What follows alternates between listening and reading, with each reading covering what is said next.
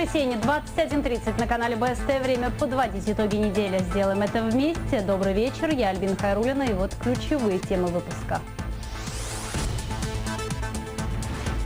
Лечение и испытанием в республике начали тестировать препарат от коронавируса. Леволимаб является одним из немногих препаратов, которые действуют на патогенетический механизм. Съемочная группа БСТ впервые в грязной зоне ковид-госпиталя. У меня не было температуры, у меня не было одышки, просто болела между лопаток. Между тем, гулять на улице разрешается, но не всем.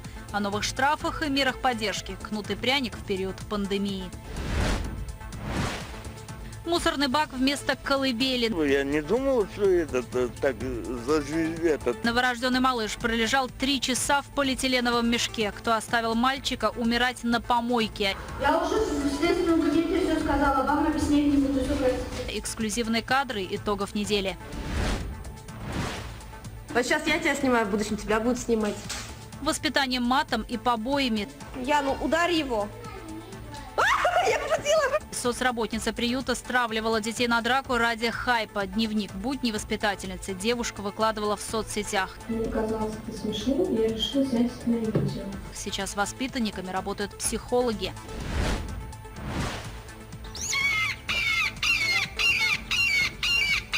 Важная птица в курятнике, рожденная летать, но взмыть в небо не может. Это история спасения солнечного орла. Хищнику ищут новый дом. И мячи снова в деле. Футбольный союз принял решение возобновить игры премьер-лиги. И здесь тоже будем в закрытом состоянии находиться. ФК Уфа начинает тренировки.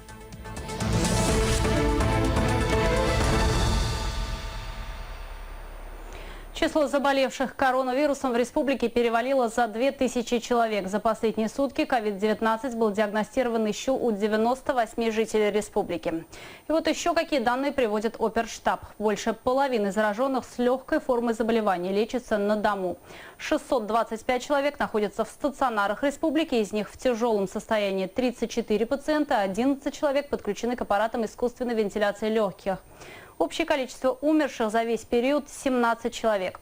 Что касается российских данных, то число заболевших уже приближается к отметке 282 тысячи. 2631 человек не смогли победить COVID-19. Эта неделя, если не войдет в историю, то, по крайней мере, запомнится многим. В Башкортостане завершился единый период нерабочих дней. Причем людям разрешили не только вернуться на свои предприятия, но и просто выходить на улицу гулять. Власти открыли парки и скверы.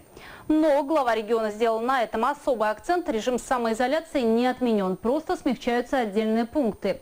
Людям по-прежнему рекомендовано сидеть по возможности дома. При этом впервые была на законодательном уровне закреплена норма носить маски и перчатки. Штрафы за отсутствие таковых уже были выписаны. Подробнее об этом, а также о мерах господдержки в материале Артура Шамсуддинова. Наверное, никогда прежде люди так не праздновали выход на работу. Первый день после отмены нерабочих дней на Уфимской набережной аншлаг. После 1,5 месяцев самоизоляции горожане, кто на машинах, а кто пешком, кинулись гулять на улицу, не боясь оказаться вне закона. Парки и скверы открыты, гулять на улице без пропуска можно на законных основаниях. Впрочем, это не отменяет масочного режима и ношения перчаток. Теперь же за их отсутствие можно получить штраф до 3000 рублей за первое нарушение и до 5 за повторное. Чаще в числе нарушителей молодежь. Кто-то не носит маску совсем, кто-то не так, как положено. Например, опускает на подбородок. Сотрудники Центра общественной безопасности составляют протоколы. На неделе были выписаны первые штрафы. Где, на подворотке? Нет. Нормально носите? Носим. Общественное место. Хорошо, спасибо. Сложно. Хочется снять, убрать. Ну, если надо, так надо. Ходим в масках, да. Отныне изменились и правила торговли. В магазинах на каждые 10 квадратных метров не более одного человека, и все в масках и перчатках. На неделе заработали торговые точки непродовольственных товаров с условием, что все санитарно-эпидемиологические нормы будут соблюдены. Иначе предпринимателям грозит штраф до 50 тысяч рублей, юрлицам до 300 тысяч. При повторном нарушении предприятию грозит закрытие. Я очень вас прошу очень внимательно к этому относиться, потому что если мы сейчас выйдем из этого режима самоизоляции неорганизованно, и у нас везде появляться толпы пойдут, ну тогда у нас количество, соответственно, будет увеличиться, и мне придется вновь принимать меры по самоизоляции.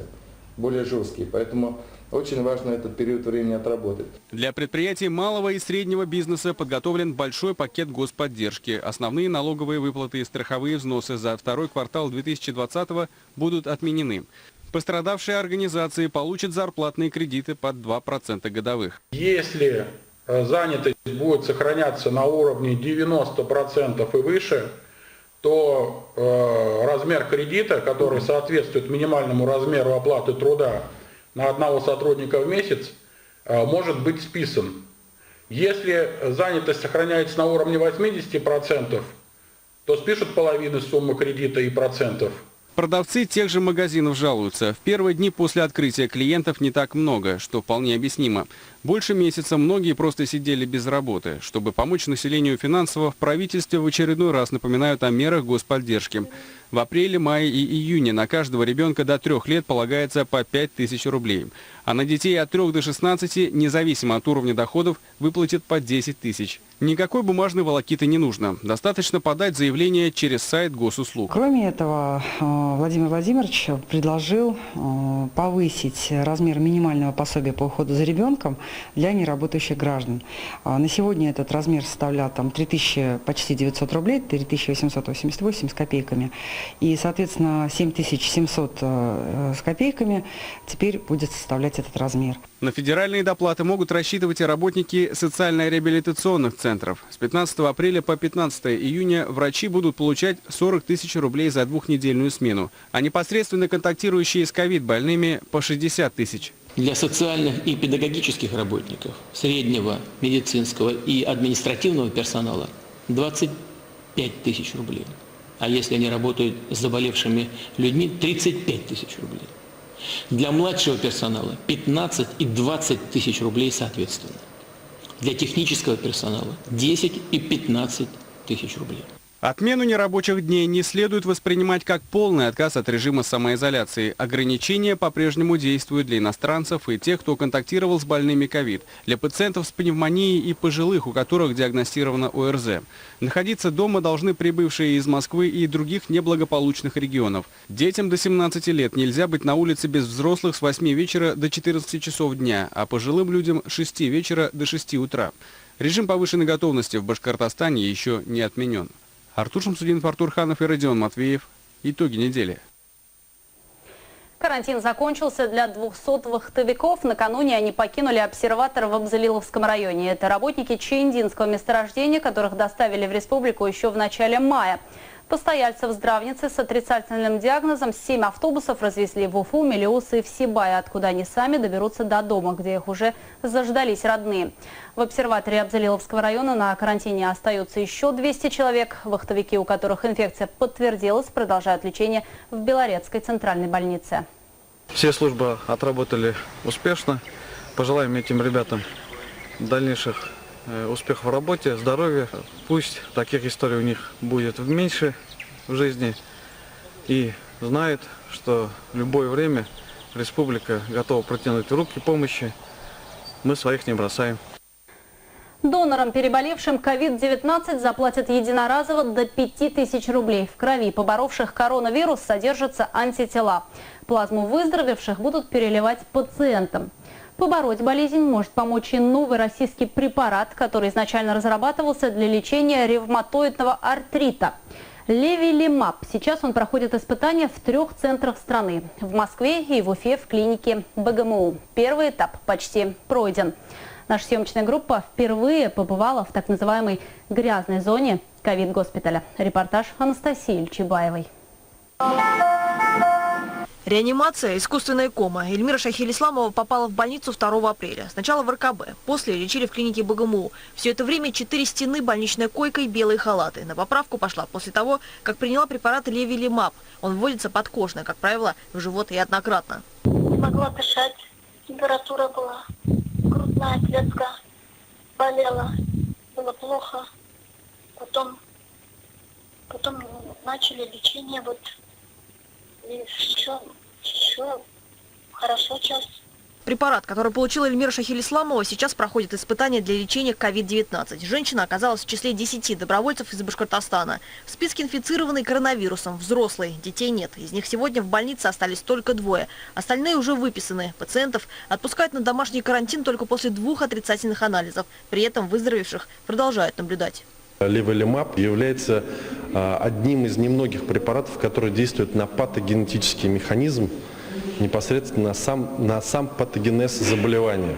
Другие препараты являются противовирусными препаратами, либо симптоматическими, которые убирают лишь симптоматику заболевания. По данным Всемирной организации здравоохранения, самая частая причина смерти при COVID-19 – это острый респираторный дистресс-синдром. Иммунная система усиленно борется с коронавирусом, например, молекулами интерлейкин-6. После уничтожения коронавируса у части пациентов эти молекулы продолжают выделяться. Они поражают уже окружающие ткани. Возникает так называемый цитокиновый шторм. Без лечения – гибель иммунной системы. Данный препарат изначально разрабатывался биофармацевтической компанией «Биокат», российской компанией, как средство для лечения ревматоидного артрита.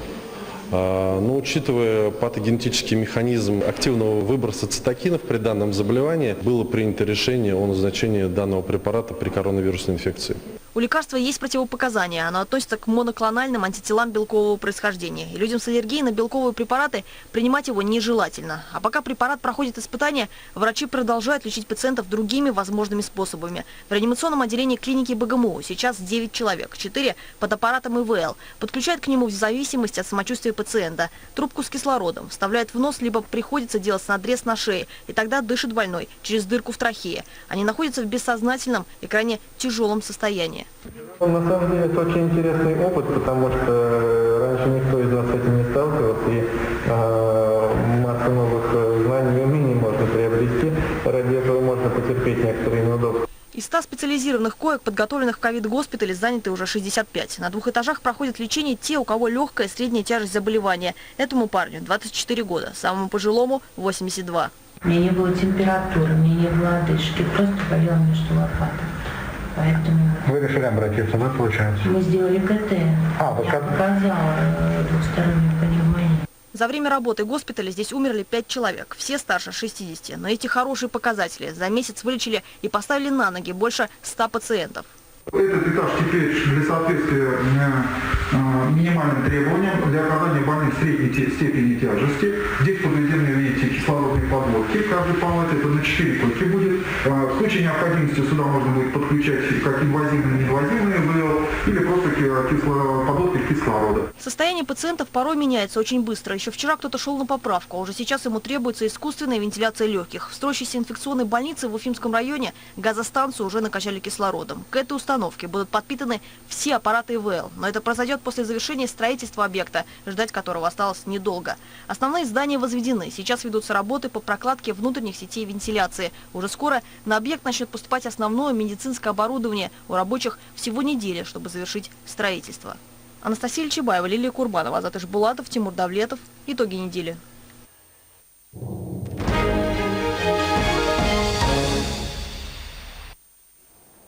Чудовищная история на неделе произошла в Туймазах, где женщина родила ребенка и выкинула на помойку. Сразу скажу, мальчик выжил. Удивительно, но это не первый ее малыш. Детей у женщины 3. Старших дочерей у мамаши забрали, а сама она под подпиской о невыезде. По факту уже возбуждено уголовное дело. Нашему корреспонденту Радмиру Азнабаеву удалось поговорить с горе-матерью и найти того самого пенсионера, который обнаружил ребенка. В интервью нашему телеканалу дедушка рассказал, что всю жизнь мечтал найти мешок с деньгами, а обнаружил младенца в мусорном баке, которому именно он и спас жизнь. Я не думал, что так за жизнь, Что жизнь спасете вот так случайно прогулкой. Да, это вообще... Пенсионер от волнения не может подобрать слов, одни эмоции. Фарид Галямович наткнулся на страшную находку первым. Проходя мимо мусорных контейнеров, он обратил внимание на торчащие из полиэтиленового мешка пальцы. Подойдя ближе, мужчина оцепенел от шока. Слышу писк какой-то непонятный, такой пакет был. Я его... Синий полиэтиленовый, да, получается? Полиэтиленовый, да, вот такой вот именно. Я его поднимаю, маленькие такие ручки, вот эти пальчики, и уже такого, уже Поднимаюсь, смотрю, шевелится и кряхтит. В мусорном баке мальчик пробыл около 3 часов. Мужчина отнес малыша в теплое помещение и вызвал экстренные службы. По горячим следам стражи порядка вышли на горе-мамашу. Ею оказалась 36-летняя жительница Туймазов Алия Гемранова. В отношении нее возбуждено уголовное дело по статье «Покушение на убийство матерью новорожденного ребенка». Ей грозит до 5 лет лишения свободы, либо исправительной работы на такой же срок. Но пока женщина под подпиской о невыезде. По имеющейся информации, Алия переехала из Октябрьского в Туймазы год назад, после развода с мужем. Почему она решила избавиться от новорожденного, оставив его умирать в холодном баке, сейчас выясняют правоохранители. С нами она не захотела говорить. Так а почему вы ребенка выкинули? На что вас на это подтолкнуло? Я уже в следственном кабинете все сказала, вам объяснять не буду, все простите. Но в смысле, а вот что у вас ребенок маленький, вы зачем? Все, идите. Удивительно, но женщина уже воспитывала 2 дочерей. Все они жили в квартире у брата. Стоит отметить, что когда Алия рожала 3-го ребенка, дома никого не было. Почему этот поступок был совершен? Что на это подтолкнуло? Я не знаю, я на работу. А дети?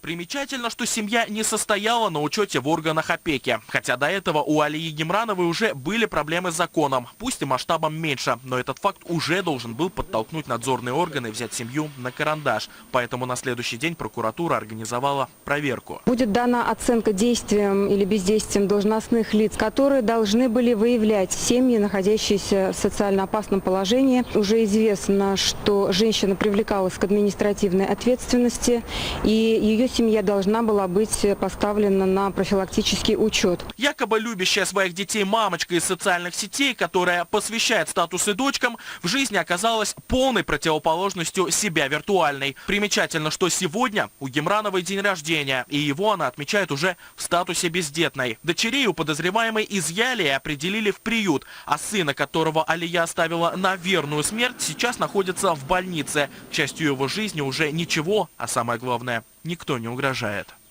Радмир Азнабаев, Булат Закирьянов и Азат Тузбеков. Итоги недели. В центре скандала на неделе оказался и социальный приют для детей в Уфе. Его сотрудница оскорбляла детей, провоцируя их на драку. Сама же во время общения с ними позволяла себе использовать нецензурные слова. Свою так называемую методику работы она снимала на видео и без зазрения совести выкладывала в интернет. Правоохранительные органы возбудили уголовное дело. Репортаж Эмили Басареева. Тут ничего твоего нету, понятно? Яну, ударь его. Я пошутила! С таким издевательским смехом девушка снимает на камеру мобильного телефона драку детей, которую сама же и спровоцировала. На видео маленькие воспитанники приюта для детей и подростков из неблагополучных семей. Автор ролика – соцработница, которая не стесняется использовать ненормативную лексику, унижать и оскорблять детей. В первом же доме Таня и Катя. Да ты им нужна там, дура. Кадрами своих трудовых будней сотрудница соцучреждения делилась в соцсетях, сопровождая при этом посты измывательскими комментариями. Да, я тебя снимаю. Вот сейчас я тебя снимаю, в будущем тебя будут снимать. В приют с проверкой нагрянули сотрудники правоохранительных органов и Минтруда Республики. На допросе девушка рассказала, для чего снимала такие видео. Оказалось, что соцработница посчитала это забавным. Мне казалось это смешным, и я решила снять это на видео. Когда я начала снимать это на видео, я решила обыграть это и сказать девочке ударить мальчика. Надеясь на то, что она не послушает меня. Как оказалось, она меня послушала и ударила мальчика. Мальчик не заплакал, и они дальше нормально вели себя, дальше играли между собой. Я решила, что в этом нет ничего плохого. Кстати, в приюте 23-летняя девушка работает только с января этого года, и педагогического образования у нее нет, а по своей должности она не должна была контактировать с детьми в группе. Что входит в ее обязанности? Входило, да, точнее, это оформление документов, статуса воспитанников, в каких-то случаях необходимость их сопровождения, например, до больницы, либо до школы. При этом вид деятельности соцработница сменила кардинально, ведь ранее трудилась в стриптиз-баре, развлекая публику танцами у шеста. Произошедшим в приюте заинтересовались на федеральном уровне. Детский омбудсмен Анна Кузнецова предложила теперь провести проверку всего коллектива. Этот человек вообще понятия не имеет, куда пришел работать. Он не проинструктирован, не знает порядок, ведет себя как в зоопарке. Логичный вопрос, кто это допустил? Какой руководитель видит сотрудника, который абсолютно не представляет, куда попал, допустил его к работе с детьми, попавшими в беду? Считаю, нужно тщательно проверить и других сотрудников на предмет компетентности, если подобные ситуации оказались возможными в этом учреждении. Под свой контроль дело взял председатель Следственного комитета России Александр Бастрыкин. Ведется проверка. По факту применения работникам социального приюта для детей и подростков недозволенных методов воспитания в отношении малолетних. Выполняются необходимые проверочные мероприятия, опрашиваются руководство и работники социального приюта, а также его воспитанники. С самой соцработницей нам поговорить не удалось. А вот молодой человек, представившийся ее доверенным лицом, считает, что она в этой ситуации жертва, и привел свои доводы. Конечно, это хороший человек. Как еще можно назвать человека, который согласен на 15 тысяч работать с 9 до 6, буквально еще и, может, их раньше вызывает, даже 8:30, я помню, рано рассказал. Вот. И при том, что еще и не полностью выплачивает, то есть еще задерживает или вообще не выплачивает заработную плату. В приюте сейчас 47 детей от 3 до 16 лет. С воспитанниками работают психологи центра «Семья». Им предстоит провести диагностику каждого ребенка и выявить факты жестокого обращения. Та самая лжевоспитательница отстранена от работы. Детей ей уже не доверят. Тем более, что теперь девушке грозит уголовное наказание. Эмиль Басареев, Тимур Каюмов, Азамат Мухаммедшин. Итоги недели. А теперь о других новостях, без которых картина недели была бы неполной. Новости короткой строкой. Хотел подкупить чекиста, в ответ оказался фигурантом уголовного дела. Житель Уфимского района подозревается в даче взятки сотрудников ФСБ. Как установлено следствием, в мае 2020 года подозреваемый обратился к сотруднику Федеральной службы безопасности с просьбой оказать содействие в получении разрешения на въезд на территорию России его знакомого. За эту незаконную услугу мужчина предложил заплатить 400 тысяч рублей. Сотрудник ФСБ доложил руководству о склонении его к получению взятки. В результате взяткодатель был задержан. Помогут погасить часть ипотеки. В Башкортостане субсидируют из бюджета республики часть затрат на жилищные кредиты. Это касается тех, кто взял займ с января 2018 до конца этого года. Такую поддержку предоставят только отдельным категориям граждан. Для оформления документов на получение денежных средств гражданам необходимо обращаться в кредитные организации. Срок выдачи пособий с 1 апреля по 31 декабря 2020 года. Максимально можно получить до 100 тысяч рублей. Дети не смогут покупать энергетики. В республике запретят продажу энергетических напитков несовершеннолетним. Соответствующий законопроект в ближайшее время будет рассмотрен в башкирском парламенте. Пойти на такой шаг депутатов Госсобрания республики вынудила статистика, по которой основными потребителями тонизирующих напитков являются подростки. При этом они беспрепятственно покупают энергетики, не контролируя суточную дозу. При этом уже доказано, что чрезмерное потребление подобных напитков наносит организму вред, сопоставимый с алкоголем. Девятиклассники в этом учебном году не будут сдавать ОГЭ. Министерство просвещения отменило основной государственный экзамен по русскому языку и математике. Это связано с угрозой распространения коронавирусной инфекции. Оценки по предметам будут выставлены на основании годовых, а вот сдачу единого государственного экзамена перенесли пока на неопределенный срок. Пока учащиеся готовятся к экзаменам дома, школьный двор не пустует. Так, в Благовещенске на территории школы был замечен лосенок. Местные жители сняли на видео испуганное животное. Приблизительный возраст особи – 1 год. Прибывшие специалисты поймали и связали лося. Выпуск лося, пойманного на территории школы номер 6 города Благовещенск. Рогатого путешественника перевезли в ближайший лес и выпустили в более привычную среду обитания. Фильм на 2 языках. В сети появился русский трейлер фильма «Отряд Таганок» по повести Мустая Карима. Предпремьерный показ прошел летом прошлого года. Герои говорили на башкирском языке. Было принято решение сделать еще и русский дубляж. Свои голоса персонажам башкирского фильма подарили актеры, озвучивающие голливудские картины. Пока точной даты начала проката в кинотеатрах не озвучивают, создатели надеются, что эту премьеру удастся сделать в конце лета. В республике планируется прокат 2 версий.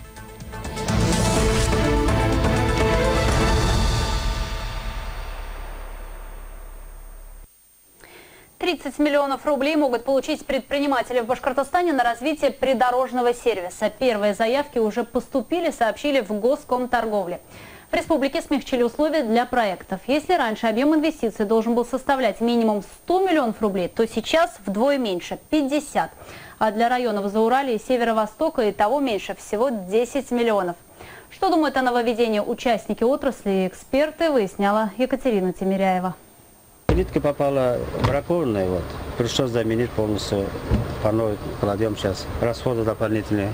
Придорожные кафе и гостиница – это бизнес, который требует постоянных расходов, говорит предприниматель и собственник такого сервиса у села Инзер на трассе Уфа-Белорецк Минихан Гайнединов. Сейчас понадобилось поменять плитку при входе. Чтобы организовать все задуманное, большой кемпинг, требуется около 20 миллионов рублей вложений. Если будут деньги, то будет и башкирская национальная юрта, и бани, и станция техобслуживания авто, а также санузлы. Если бы государство вот так помог бы, мы это все осилили бы в течение года, может быть.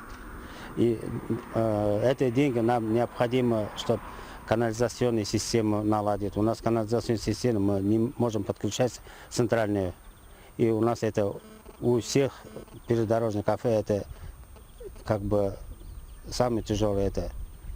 Чтобы дать толчок для развития придорожных кафе и, как следствие, внутреннего туризма, в Башкортостане смягчили условия для включения в перечень приоритетных инвестиционных проектов республики. Раньше порог был 100 миллионов рублей, сейчас 50, а для районов Зауралья и Северо-Востока всего 10. Также инвесторы могут получить субсидию не более 30 миллионов рублей или 50% от всех затрат. В Республиканском госкомторговле заявляют об уникальности практики среди российских регионов. На этом наша работа не заканчивается. У нас основная задача – это как раз доработать до конца концепцию, до своего финала, именно концепцию придорожного сервиса, итогом которой должен стать перечень как раз объектов, некая генеральная схема, которая позволит как раз инвесторам быстрее ориентироваться на территорию республики и подобрать себе объекты.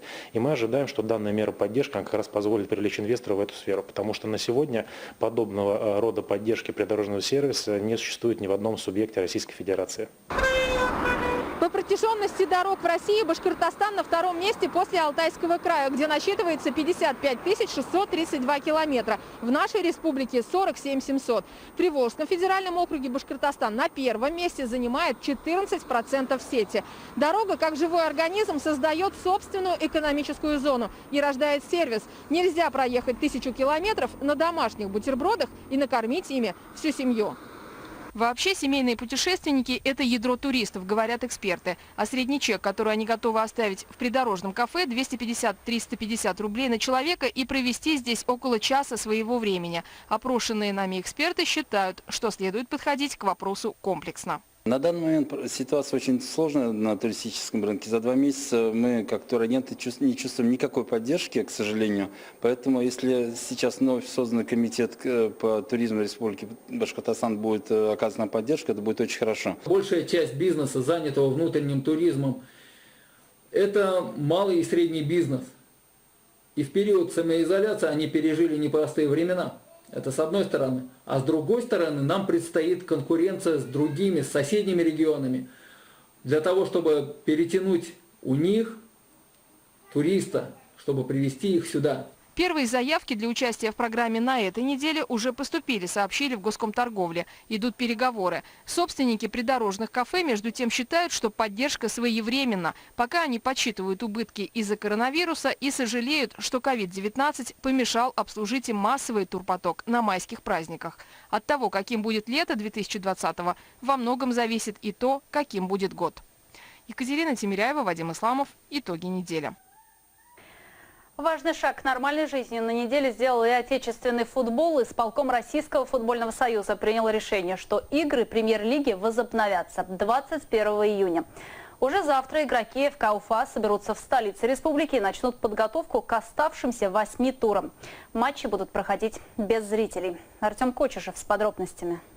Свисток Николая Волошина. Матч ЦСКА Уфа завершен. Игроки футбольного клуба Уфа в последний раз выходили на матч российской премьер-лиги больше 2 месяцев назад. 22 и 23 туры по новому проекту календаря разделит и вовсе более 3. Руководство российского футбола приняло принципиальное решение доиграть чемпионат. Оно касается только РПЛ. В низших лигах соревнования завершены и уже подведены итоги. Отменены переходные матчи. Команды, занявшие 13 и 14 места, останутся в числе сильнейших и на следующий сезон. Будет определенная ситуация, которую, наверное, все равно будем решать с колен, так называемые, да, все равно они будут по мере поступления. Но все равно то, что Российский футбольный союз решил, что мы 21 июня должны стартануть, да, это очень-очень такой большой прорыв, я так скажу. Матчи будут проходить без зрителей. Сами футболисты должны будут соблюдать социальную дистанцию и все меры предосторожности. В субботу национальный чемпионат возобновили в Германии. Это первые крупные соревнования, стартовавшие после начала пандемии. Антураж крайне необычный. Тишина на стадионе, на скамейке запасных футболисты сидят на большом расстоянии друг от друга. После забитых мячей никто не бежит обниматься. Что-то похожее, судя по всему, ждет и российских футболистов. Первый случай заражения коронавирусом у игрока РПЛ был зафиксирован накануне. Перуанский нападающий «Локомотива» Джефферсон Фарфан находился на самоизоляции в Подмосковье, но, несмотря на это, сдал положительный анализ на COVID-19. Никто тебе не может гарантировать, что ты и где-то в другом месте не заразишься. Все равно там ты выходишь за продуктами куда-то еще. Ну, это одинаковые риски абсолютно. И я согласен с теми, кто говорит, что если там врачи работают, если магазины открыты, продавцы работают, то почему мы там не должны в футбол играть, учитывая, что все равно если будет без зрителей, мы там просто друг с другом контактировать, поэтому не вижу проблем. Футбольный клуб Уфа начнет подготовку к возобновлению чемпионата России в Аше. В понедельник команда соберется в Уфе и после медицинских тестов отправится в Челябинскую область. По плану в столицу республики игроки вернутся 2 июня, когда будут завершены работы по укладке нового газона на стадионе «Нефтяник». И здесь тоже будем в закрытом состоянии находиться. Где-то вот теперь уже где-то около 2,5 месяца, наверное, мы будем в такой изоляции со всеми. Ну, будем играть, тренироваться, обратно ездить. В общем, впереди очень много работы. Первое время тренировки будут проходить без группы легионеров, которые находятся у себя на родине. Уже сегодня стало известно, что правительство России объявило о снятии ограничения на возвращение иностранных спортсменов и тренеров. Тем не менее, как и все прибывшие из-за рубежа, футболисты будут находиться под наблюдением врачей и их обяжут пройти 14-дневный карантин. Артем Кочешев, Вадим Исламов. Итоги недели. А сейчас удивительная история спасения солнечного орла. Этот вид хищных птиц считается очень редким, и в наши края и вовсе такая птица не залетает. Однако в Мейкинском районе орла все-таки удалось заметить и даже приютить. Подробности у Эмили Тимашева. Пошли. Гоша. Гоша, он же Гога, он же Жора, редкий солнечный орел, жизнь которого кардинально изменилась неделю назад. И прежде чем он обрел имя и отдельную комнату в курятнике, ему чудом удалось спастись в неравной схватке с воронами. Потрепали сильно. Где мы его нашли, там очень много елочных перьев было. Альберт Ким нашел Гошу на трассе. Говорит, еще бы чуть-чуть и было бы поздно. Хотя травм избежать все же не удалось. Оставшись без хвоста, орел до сих пор не может встать на крыло. Поэтому пока ему остается только горделиво гулять по курятнику. Впрочем, иногда Гоша все-таки напоминает петухам, кто здесь хищник. И 2-метровый размах крыльев, конечно, впечатляет. Но пара метров над землей – это максимум, на что он сейчас способен. Что касается рациона питания, то его для орла стараются делать максимально разнообразным. Кстати, Гоша не брезгует соседями по курятнику. Впрочем, больше отдает предпочтение привычной пище. Рыбки. Ловили рыбок, давали. Тоже кушал. Так, в принципе, больше ничего. Крысы, мышки. Гоша теперь главная достопримечательность деревни Зидиган. Посмотреть на настоящего орла приходят отовсюду. Птица от постоянного контакта с людьми уже стала практически ручной, но люди оставлять ее не планируют. Все-таки птица нуждается в лечении, поэтому Гошу решено было отдать специалистам. Благодарен вам за человеческое отношение к животным. Большое спасибо. Дальше егеря Ассоциации охотников и рыболовов республики передали орла орнитологам. Так, прямиком из Змеякинского района, Гоша сначала отправился в Стерлитамак. Ой, да ты мой сладкий. Вот такого красавца первый раз принесли. Ты красавчик. Первичный осмотр Гоши показал, что дела у него хуже, чем кажется. Требуется серьезное обследование. Это значит, что птицу срочно нужно везти в Уфу. Очень в плохом состоянии перо. Возможно, он у кого-то жил в плохих условиях. В таком случае понятно, почему Гоша не боится людей. Однако это значит, что у него может быть хозяин. Если эта версия подтвердится, то у правоохранителей появится повод провести расследование. В любом случае, сейчас Гоше уже ничего не угрожает, а после лечения и реабилитации его ждет естественная среда обитания. Эмиль Тимашев, Вадим Исламов. Новости. Тем временем в Уфе зацвели яблони, которые уже прозвали башкирской сакурой из-за привычного больше для японской вишни алого цвета кроны. По этой причине парк Матросова превратился в большую фотостудию под открытым небом. Горожане выстраиваются в очереди, чтобы успеть запечатлеть себя и свою семью на фоне цветущих деревьев. На сей раз в масках. Впрочем, хотя бы чем-то фотографии в соцсетях будут отличаться от предыдущих лет. Организовать фотосессию или насладиться сладким ароматом можно еще успеть. Предположительно, цвести башкирская сакура в центре Уфы будет еще 2 ближайшие недели, если не вмешается погода. Такой выдалась уходящая неделя. Спасибо, что были с нами. Спасибо, что остаетесь дома вместе с телеканалом БСТ. До встречи в эфире.